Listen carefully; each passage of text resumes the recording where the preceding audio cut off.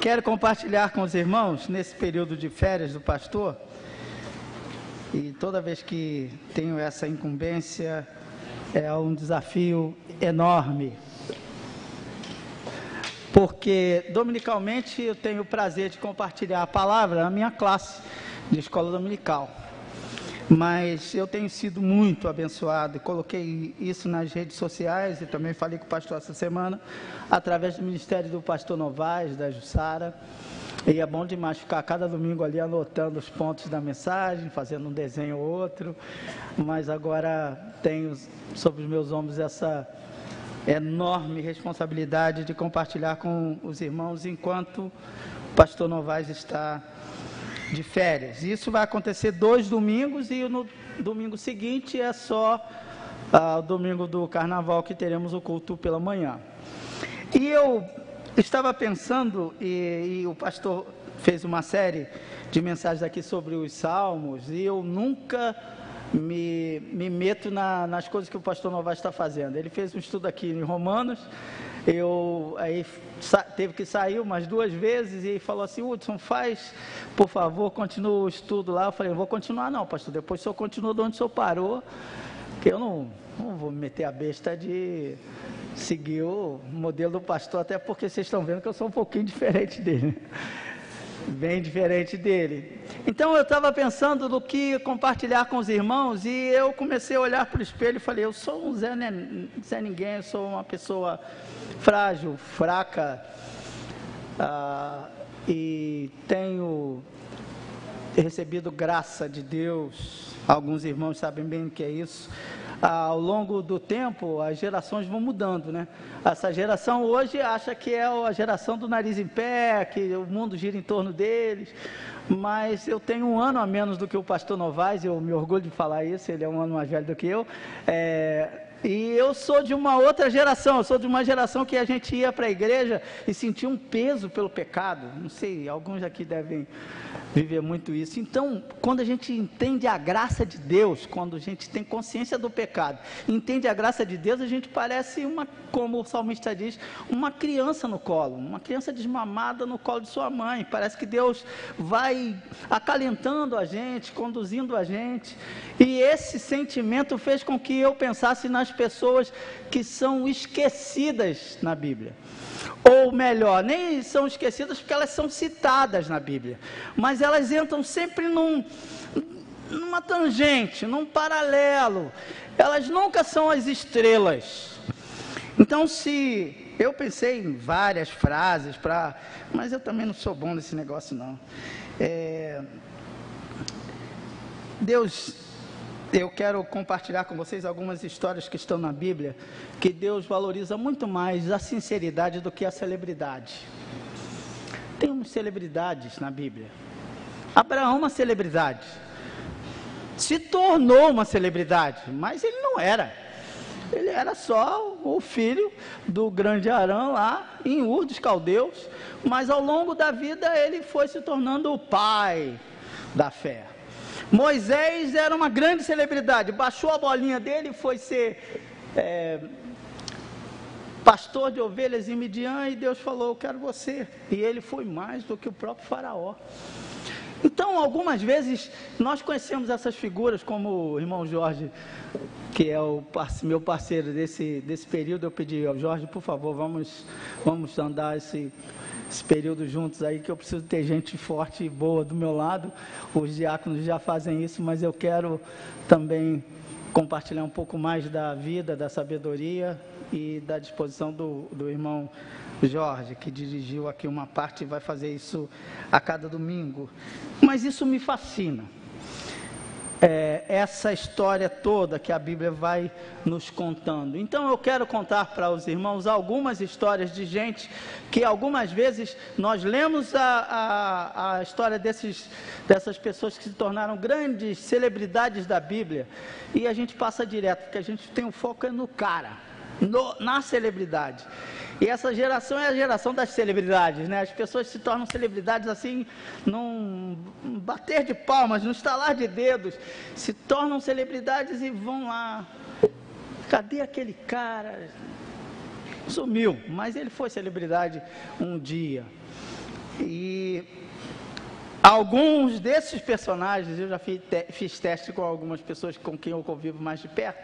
Eu perguntei, você conhece uma pessoa chamada Joseba? Aí, cara, sim. E gente que conhece a Bíblia. Ah, eu já ouvi falar esse nome. Então, os irmãos vão ouvir falar alguns nomes aqui durante esses quatro sermões. Hoje eu quero compartilhar com vocês e vamos combinar como a coisa vai acontecer para eu não me perder muito, só um pouquinho. Me perder no caminho eu sempre me perco. Eu vou contar uma história que está no livro de Gênesis, no capítulo 24. O personagem da história, da mensagem de hoje, quero contar a história para vocês. Eu vou contar a história. Depois de contar a história, eu vou destacar 4 pontos que eu acho relevantes nessa história. E depois de destacar esses 4 pontos na história, eu vou desafiá-los a algumas coisas que o Senhor desafia a mim. Quero compartilhar esses desafios com vocês. Deu para entender? Vou contar a história. Não vou ler o texto, mas já estou dizendo para vocês onde é que está escrito a história. Você pode abrir a sua Bíblia. Aliás, você devia trazer a sua Bíblia pelo menos para a igreja, para tirar um pouco da poeira dela e tal. E é uma ótima oportunidade de lermos a Escritura. Mas eu vou citar 4 versículos, porque os 4 pontos que vou destacar estão no texto. Então, só depois que eu for fazer os destaques é que eu vou falar o versículo tal. Aí você acompanha aí para ver se faz sentido o que eu vou te contar da história. Eu vou contar, como eu faço às vezes na minha classe, na versão do Hudson.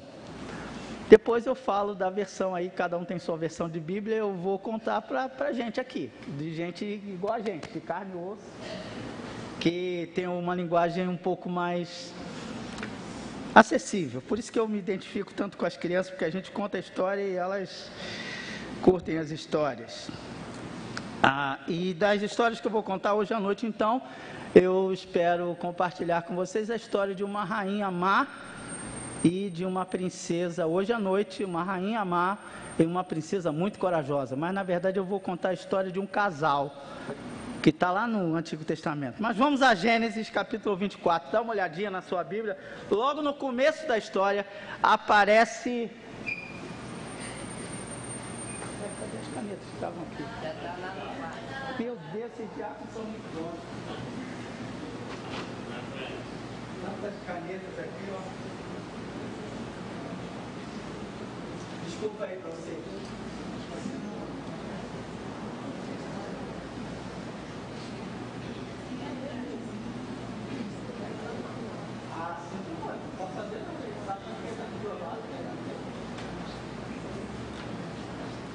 Vocês querem sair daí? Ah, coisa chique, né? Já aparece lá. Obrigado aí, pessoal da imagem. Dê uma olhadinha logo no versículo 1, vai dizer que o Abraão, e essa história do servo de Abraão. Esse servo, os comentaristas dizem que esse servo é o personagem que aparece em Gênesis capítulo 15. Eliezer. Quando Abraão fica na crise existencial e fala, Senhor, o Senhor prometeu que ia fazer de mim uma grande nação. Já que eu não consigo, sou velho, não consigo ter filho, mas tem um rapaz aqui que nasceu em Damasco e o menino é nota 10, o cara é o cara.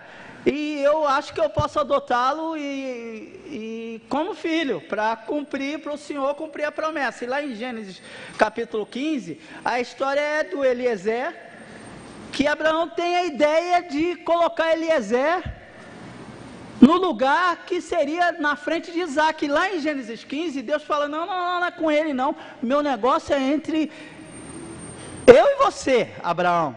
E Abraão é a celebridade. Mas lembre-se que, na hora de pensar em alguém para ser o cumprimento da promessa de Deus, Abraão pensou em quem? Eliezer. Que coisa interessante, não é? Então esse cidadão tem algum valor. Ainda que a gente passe por essa história assim, ó, não, Deus chamou Isaac. E Abraão pensou num plano B que seria Agar. E Deus falou para Abraão, não é Agar, não é Eliezer. E aí é a história que você conhece de Abraão e Sara, que Deus fala, eu vou fazer as coisas acontecerem, e a gente gosta de cantar isso, que Deus do impossível, Deus que faz coisas extraordinárias, Deus que abre o ventre de uma mulher com 90 anos, e é a idade que Sara tem quando nasce Isaac. Que coisa legal, a gente gosta dessas histórias, mas tem outros personagens que estão ali à margem. Eliezer é uma dessas pessoas. E aí, lá no capítulo 24, o texto começa dizendo, Abraão já era idoso, Sara tinha acabado de morrer.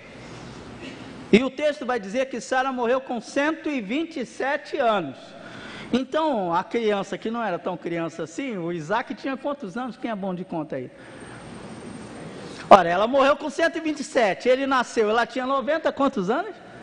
37, eu sou ruim de matemática. Mas é porque a gente não faz a conexão entre uma coisa e outra, mas acho que tem alguém prestando atenção que eu falei 90, falei 127 e fizeram as contas. Então, Isaac devia ter mais ou menos essa idade, 37 anos. Abraão já estava velho, mas Isaac ainda não havia se casado. E o texto vai dizer que esse velho Abraão, o pai da fé, vai escolher um servo fiel, muito fiel a Abraão, e com ele durante muito tempo, para substituí-lo, para encontrar uma esposa para Isaac. Então eu vou chamar esse servo do Abraão aqui de Eliezer. Quase todos os comentaristas concordam que é ele. Aquele do capítulo 15 cresceu, tem 37 anos, mais aquela idade que tinha quando Abraão pensou em adotá-lo, e era um servo fiel, um bom administrador, um profissional gabaritado. O texto bíblico vai dizer que Abraão deixava tudo na mão dele. Era um José, guardado as devidas proporções, porque ele administrava todos os bens de Abraão, e todo mundo sabe que Abraão era um cara bom de grana. Ou vocês não sabiam disso? Todo mundo sabe disso, que Abraão era um homem muito rico, muito poderoso, e esse servo era o cara. E eu acho muito interessante, porque Abraão chama o servo e fala, tem uma tarefa para você, dá uma olhada na sua Bíblia. E Abraão delega a tarefa então para esse personagem que é o que deve ser o Eliezer. Se não for, hoje de manhã vai ser, tá bom? Vamos combinar assim. Para eu não falar todo, servo de Abraão, servo de Abraão, servo de Abraão, servo de Abraão, servo de Abraão, aqui eu vou acreditar que é o Eliezer. Mas você pode falar José, pode falar João, pode botar até seu nome, não tem problema. Porque os personagens bíblicos são sensacionais por isso, porque eles são ícones. E a gente pode olhá-los e falar, são seres humanos iguaizinhos a gente. A gente pode experimentar as mesmas coisas. Você pode colocar seu nome aí, você pode colocar seu nome, pode colocar Edneia no meio, pode colocar Vânia no meio, pode colocar o nome que você quiser. Você pode colocar qualquer nome que eu acho que vai se encaixar. Mas esse servo de Abraão, então, o Eliezer, Abraão chama e fala, tem uma tarefa para você. E define a tarefa. Eu quero que você saia daqui e me prometa que vai encontrar uma esposa para o meu filho, Isaac. Porque Deus falou que essa terra e a dos meus descendentes vai ser abençoadora e vai abençoar a todas as pessoas, mas Isaac precisa se casar. E eu preciso de alguém de confiança para fazer esse trabalho. E eu não quero que a esposa dele seja ninguém dessa gente aqui de Canaã. Eu queria, na verdade, o desejo do meu coração é que a esposa do meu filho fosse algum parente meu lá de Ur dos Caldeus. Entendeu a tarefa? E aí o Eliezer fala, eu entendi, mas, olha, o cara é administrador mesmo. São um administrador, porque qual a tarefa de um administrador? Não é gerir bens, recursos, pessoas, oportunidades para o bem de uma causa maior? Então foi isso que Eliezer falou. Eliezer falou assim, mas beleza, e se a mulher que eu escolher não quiser vir comigo? Porque ele pergunta, ele tem tanta intimidade com o chefão, o poderoso Abraão, que ele fala, e se? Às vezes a gente é tão crente, e não aprende algumas coisas. Eu fui educado, como eu falei para os irmãos aqui, numa igreja, que eu não podia perguntar nada, nada podia ser questionado. A verdade bíblica é verdade absoluta. E depois, lendo a Bíblia, eu vejo várias vezes gente comum perguntando, e se? E aí? O que eu faço? Isso é normal. Você deveria fazer isso mais vezes. Ponderar as consequências, a situação. E aí Abraão continuou dialogando, que Abraão podia falar assim, como eu ouvi várias vezes meu pai falando assim, obedece. Você não pensa, você obedece. Aí a gente vai crescendo, ficando adolescente, e a gente começa a questionar algumas coisas. Aí a gente aprende que obedece quem tem juízo, né? Porque se não obedecer, recebe a punição, né? Então, algumas vezes a gente cala, mas por dentro fica explodindo lá. Mas o homem era administrador e pergunta, e se a mulher não quiser vir comigo? E Abraão responde a ele. Ele fala, olha, eu tenho certeza que o Senhor vai abençoar você, porque eu não posso ir. E eu tenho certeza que o Senhor vai escolher uma esposa para o meu filho. Mas, se isso faz sentido, se Deus já apontar a mulher, e se a mulher fizer biquinho e não quiser vir, você é livre da responsabilidade. Mas tem mais uma coisa, não leve Isaac para lá, porque eu não quero que Isaac fique apaixonado e fique por lá, porque a promessa é feita nessa terra. O Senhor prometeu a mim essa terra daqui. Está combinado? Aí o Eliezer falou, está feito, Senhor. O texto vai dizer que Eliezer acordou de manhã, meteu o pé na estrada, mas se você continuar a ler o texto, você vai perceber que ele se preparou para essa viagem. Se você olhar com cuidado o texto, você vai perceber que ele levou 10 camelos, que ele levou uma tropa, que ele levou presente, que ele estava com tudo organizado, coisa de administrador. Não é assim, não, o chefe mandou, Deus vai me abençoar e meto o pé na estrada. Não é assim. Ele se organizou para ir cumprir a tarefa que estava sobre seus ombros. Olha que coisa interessante, ele faz essa viagem imensa, o texto vai dizer que ele faz uma viagem muito longa, e ele começa a elaborar uma estratégia, como é que eu vou achar a mulher certa, que eu vou saber que essa é a mulher que Deus está preparando para Isaac, e eu tenho que fazer a coisa certinha para o meu chefe e tudo mais. Que coisa interessante. E ele começa a usar os critérios dele para encontrar a mulher.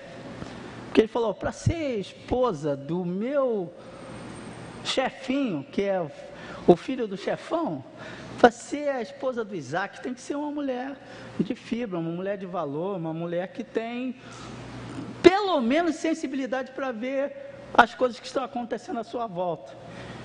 E aí ficava o senhor Eliezer já na terra lá de Ur dos Caldeus.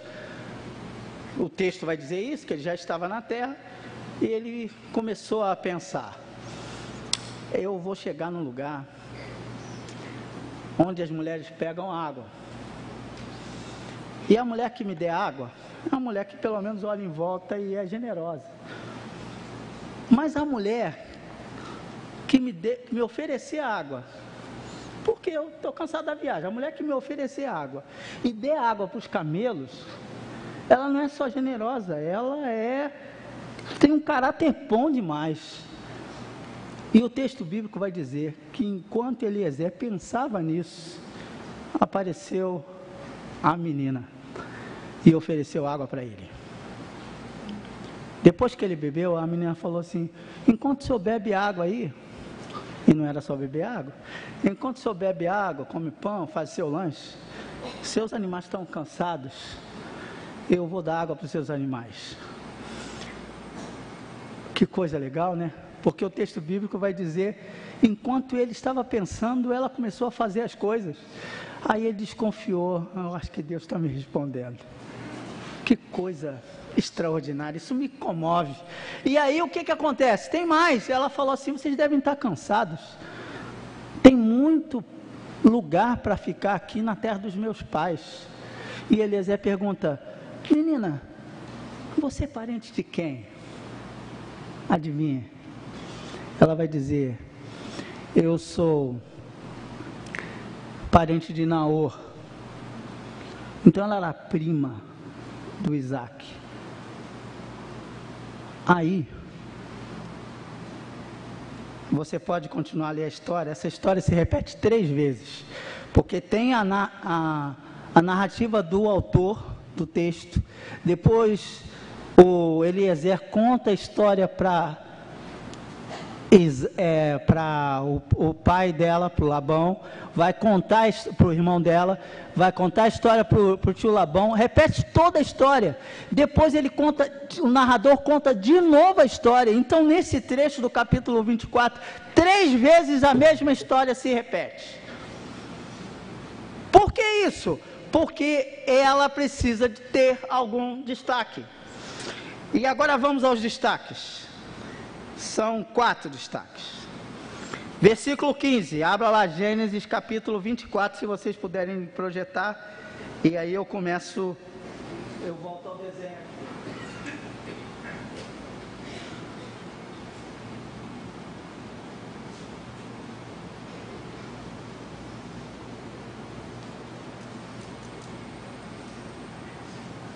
Gênesis capítulo 24, versículo 15, na minha versão da Bíblia diz assim: considerava ele ainda quando Rebeca, filha de Betuel, filho de Milca, mulher de Naor, irmão de Abraão, trazendo um cântaro no ombro, a moça era muito formosa de aparência, virgem e tal.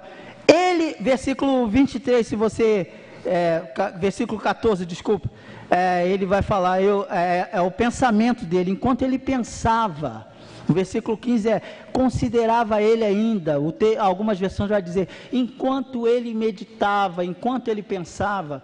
Então o primeiro destaque é que mesmo no silêncio, Deus ouve o servo dele. Você não precisa fazer escândalo. Deus sabe o que passa no seu coração e na sua mente. Eliezer estava cumprindo uma tarefa. E mesmo no silêncio, Deus ouvia Eliezer. Eu sei que teve gente nessa manhã que veio aqui por costume. Eu sei que teve gente que vem aqui nessa manhã com o coração ferido. Mas Deus sabe o que passa no seu coração. Ele sabe o que passa na sua cabeça, na sua mente. Onde é que você está? Pois eu quero te dizer que Deus sabe o que passa aí na sua cuca. Tem algumas cucas que são cucas legais, né? Porque quando meu filho era muito pequeno, os primos mais velhos, se você queria assustar alguém, já ia falar, a cuca vai pegar, Mas Deus sabe, Deus ouve a oração do seu servo. Mesmo no silêncio, Deus sabe o que passa conosco. Não é isso que ele fala no Novo Testamento, na oração do Pai Nosso? Se você quer conversar com Deus, você fecha a porta do seu quarto. Por que a gente fecha os olhos para orar? Para desconectar do que está acontecendo em volta. Porque o problema acontece aqui, dentro de mim. Segunda coisa que eu quero destacar. Algumas vezes, não poucas, eu acredito nisso. Pelo menos na minha experiência, eu não sei na sua. O extraordinário está nas coisas simples. Às vezes a gente quer um anjo voando. E você está com o filho na sua casa, brincando. Mas você quer um anjo voando. E Deus está te dando uma dádiva, um presente. Às vezes a gente quer a coisa do outro mundo. E um pão com manteiga, e um feijão legal, e um ambiente agradável, é uma dádiva divina. Eliezer não pediu nada de extraordinário. A menina não precisava fazer oração poderosa, precisava fazer coisa simples. Ser educada, ser sensível, estar disponível a ajudar. E às vezes a gente faz provas, a gente gosta, por exemplo, da história de gente grande, né? Gente que coloca o velo de lã lá e chove em todo lugar e Você conhece a história, né? Você conhece lá a história de Gideão. Coloca lá o velo e chove tudo e o velo fica seco. Depois só o velo está molhado, está tudo seco em volta. Aí a gente fala, Senhor, está aqui e tal. Que é os anjos voando para lá e para cá. Tem música até que fala disso, né? Vejo anjos para cima, para baixo. Você não, às vezes, não poucas, Deus fala comigo num sorriso da minha esposa. Eu louvo a Deus quando ouço meu filho cantando no banheiro. E logo comento em casa, ele está feliz. A gente precisa recobrar essas coisas simples da vida. E perceber que Deus está respondendo às nossas orações. Mas nós estamos vivendo no mundo das celebridades, a gente quer o holofote, a gente só louva a Deus quando está aqui em cima. Só que o louvor desse pessoal abençoado aí que toca, começou antes, na hora de fazer lá, calejar o dedo. Vocês percebem que quando vocês estão fazendo isso, vocês já estão louvando a Deus? Porque Davi acertou a pedra lá no grande Golias, mas ele tinha habilidade, gente. Ele sabia escolher as pedras, ele sabia usar a funda. E Deus estava com Davi, não é só na pedrinha, e ainda, ele separa 5, mas acerta a primeira, ainda bem, né? Senão, não sei se ia ter história para contar, porque o cara era bom de mira, a mirolha, como a gente falava quando moleque, o cara era mirolha, era bom, vai lá e tum, acerta, porque ele já tinha feito isso outras vezes.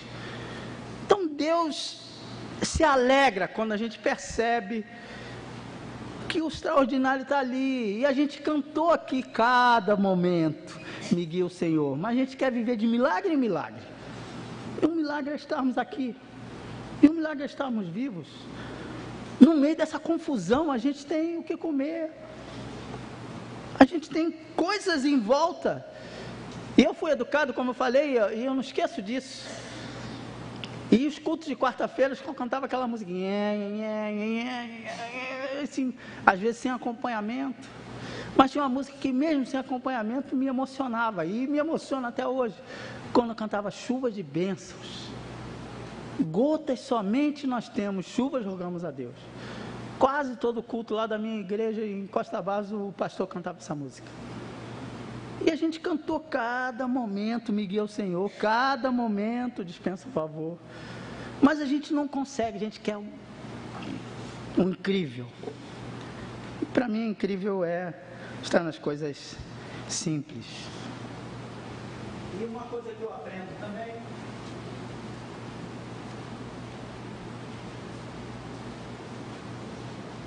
então é necessário conectar raciocínio, que o cara era administrador, era bom, planejou tudo, porque depois ele vai lá na casa da menina, da Rebeca, e pergunta se ela aceita voltar com ele, e aí perguntam a Rebeca, ela fala, eu vou, e ele enche a sua família de presentes. Então ele saiu de casa com os presentes, percebe que ele organizou as coisas, que a vida cristã não é uma bagunça, assim, vamos andando, vamos ver como é que fica. Então a gente senta, a gente planeja, a gente discute, a gente pondera, a gente questiona, e a gente vai vivendo, é assim que funciona. Então é a conexão entre o que eu penso, o que eu sinto. E, em terceiro lugar, a consequência disso é intimidade com Deus, é louvor a Deus. Não há louvor sem experiência com Deus. Vou repetir. Não há louvor verdadeiro sem experiência com Deus. Louvar é exaltar. Como é que você vai exaltar quem você não conhece? Como é que você vai bater palma? Aí você é penetra da festa, amigo. Você fica batendo palma, como diz a gíria popular, você bate palma para maluco? Não bate palma para maluco, você bate palma para quem você tem consideração, para quem você admira.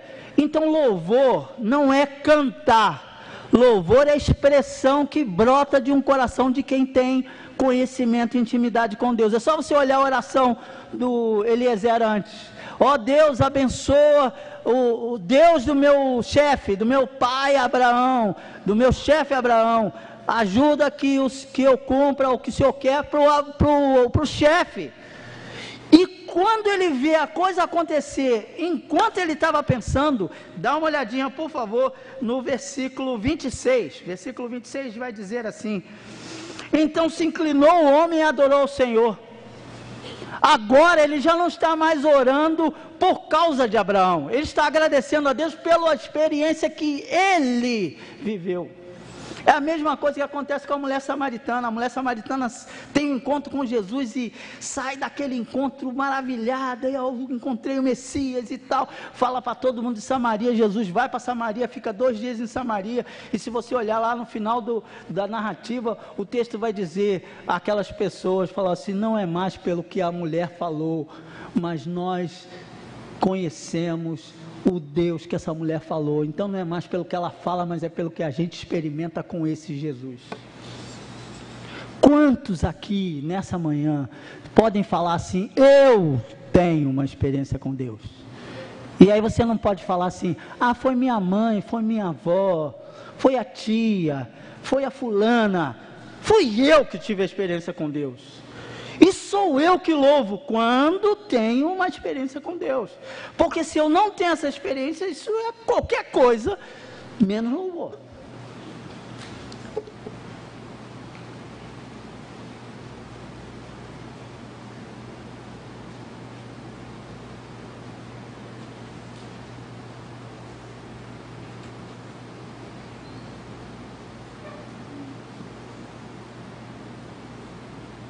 Isso é louvor. O que nós já cantamos aqui algumas vezes: o meu louvor é fruto do meu amor por ti. É isso. Louvor de verdade é isso. E finalmente, versículo 31. Versículo 31 de Gênesis 24. Diz assim: e ele disse, isso foi Labão que disse: entra, bendito do Senhor, por que estás aí fora? Quando eu passo por uma experiência com Deus, as pessoas em volta vão perceber que eu sou a presença de Deus. Não interessa se eu sou apenas o servo do Abraão, porque é de um coração sincero, de um coração frágil, sensível, é que Deus faz o extraordinário. Às vezes a gente quer ser uma pessoa extraordinária, mas extraordinário é Deus, gente. Eu sou ordinário. E quando fui para o quartel, eu ficava irritadíssimo com isso. Ordinário, marcha! Depois é que eu entendi que era limpar o ordinário, em ordem ali. Não é que eu era ordinário, faço ordinário. Mas depois eu descobri que eu sou ordinário. Não tem nada extraordinário em mim. Extraordinário é Deus habitar em alguém ordinário. Quarta coisa que eu aprendo nesse versículo 31 é que o plano de Deus vai ser feito. Porque o plano de Deus era transformar Abraão e sua descendência em uma grande nação. O que eu aprendo é que o plano de Deus vai ser feito, mas quando eu estou inserido no plano de Deus, o extraordinário acontece, mesmo eu sendo ordinário. Você entendeu isso? Primeiro, Deus ouve, e Deus sabe o que passa comigo. Algumas vezes o extraordinário está nas coisas simples, e era só dar água.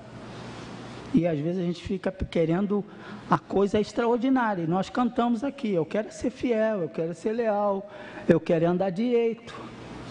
Você está andando direito? Porque Eliezer só foi escolhido porque era o servo de confiança de Abraão. Só por isso. Terceiro, louvor é consequência de intimidade com Deus. Há quanto tempo você não louva de verdade?